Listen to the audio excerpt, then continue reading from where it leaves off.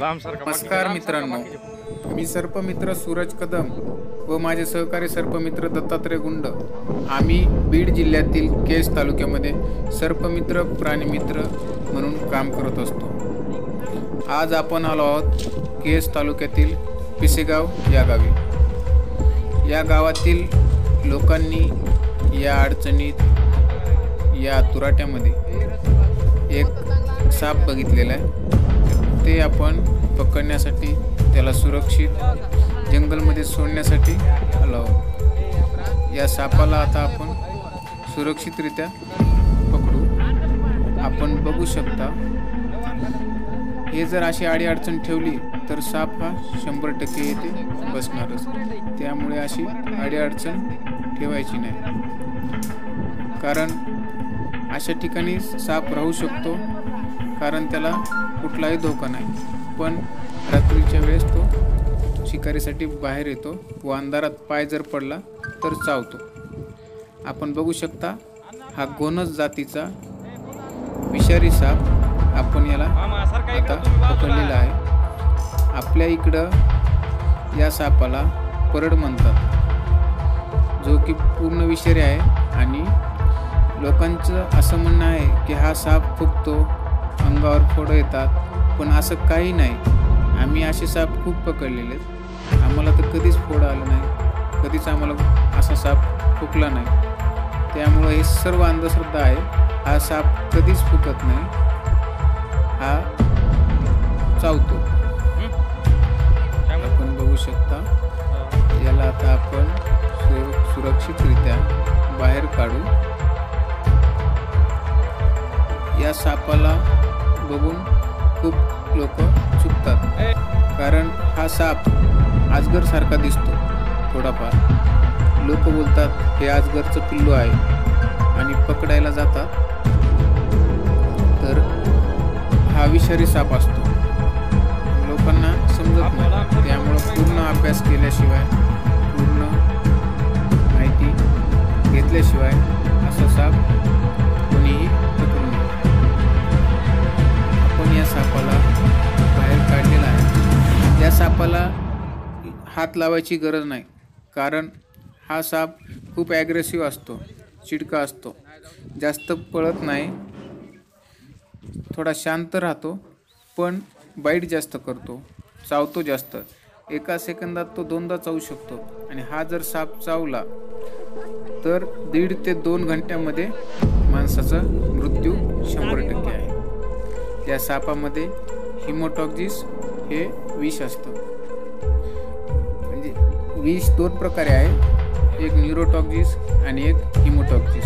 न्यूरोटॉक्सिस हे कोब्रा आणि मण्यार या सापामध्ये असतं, आणि हिमोटॉक्सिस विष हे घोणस आणि फुरसे या सापामध्ये असतं। आपण बघू शकता, या सापाला आपण स्टिकच्या द्वारे व्यवस्थितरित्या पकडू।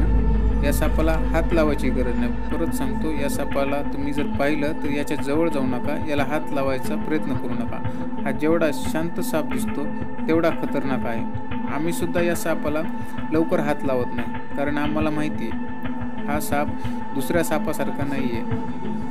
हा लगेच जेवढं आपण याच्या जवळ जातो, जेवढं आपण याच्या जवळपास जातो, लगेच तो ॲग्रेसिव्ह होतो, ॲक्टिव्ह होतो आणि आपल्याला चावण्यासाठी अटॅक करतो। हा एवढा खतरनाक आहे, जर आपण त्याच्याजवळ गेलो किंवा त्याच्या जर शेपटीला किंवा अंगाला हात लावायचा प्रयत्न केला की तो एवढ्या स्पीडमध्ये रिव्हर्स अटॅक करतो की आपल्याला हातसुद्धा काढू देत नाही। त्यामुळं या सापाला जेवढं काळजीपूर्वक पकडता येईल तेवढं पकडू शकतो। आपण बघू शकता या सापाची ओळख कशी, तर हा साप साधारणतः काळा, ब्लॅक किंवा येल्लोमध्ये आढळतो आणि त्याच्या अंगावर ब्लॅक कवड्याच्या माळासारखे असे टिपके टिपके असतात। आणि त्याच्याजवळ जर गेलात तर तो अगोदर आवाज करतो, आपल्याला वॉर्निंग देतो की माझ्याजवळ येऊ नका। तो आता बाईटच्या भूमिकेत आहे, कारण तो आपलं समोरचं तोंड असं वर घेतो। अजगराची आणि याची तुलना करू नका, कारण हा साप अजगर नाही. खूप लोक चुकतात, बोलतात की हे अजगरचं पिल्लू आहे आणि बिनविषारी आहे आणि पकडायला जातात. खूप जणांनी असे प्राण गमावलेले आहेत. त्यामुळे पूर्ण अभ्यास झाल्याशिवाय असा साप पकडता येत नाही. या सापाविषयी अजून थोडंफार सांगतो. हा साप, या सापाची उंची 5 ते 6 फूट मिळून येते आणि हा साप गावात, शहरात, जंगलात, डबक्यात, खडकाळ प्रदेशात किंवा विटाच्या ढिगाऱ्यात व अशा झाडात, तुराटीमध्ये आढळून येतो. हा साप उंदीर, पक्षी, त्यांची पिल्ले, सरडे, पाली, सापसुरुळ्या किंवा त्यांची अंडी खातो. या सापाला ओळखण्याची मुख्य खूण म्हणजे त्याचे त्रिकोणी आकाराचे डोके. तोंडापासून शेपटीपर्यंत साखळीसारख्या दिसणाऱ्या गोल काळ्या रंगाचे धब्बे याच्या अंगावर असतात. याचे वैशिष्ट्य म्हणजे तो पोटामध्येच अंडी उगवतो व पिल्ले अंड्यातून बाहेर आल्यानंतर बाहेर काढतो. म्हणजे हा साप अंडे देत नाही. कोबरा साप कसा अंडे देतो तसा हा साप अंडे देत नाही.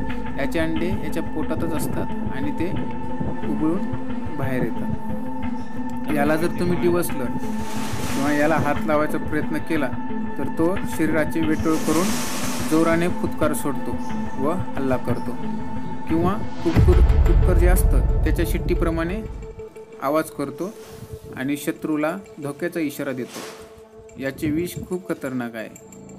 हे विष मुख्यत्वे रक्ताभिसरण संस्थेवर हल्ला चढवते. असेच आमचे साप पकडतानाचे व्हिडिओ पाहण्यासाठी आपल्या YouTube चॅनलला सबस्क्राईब करा.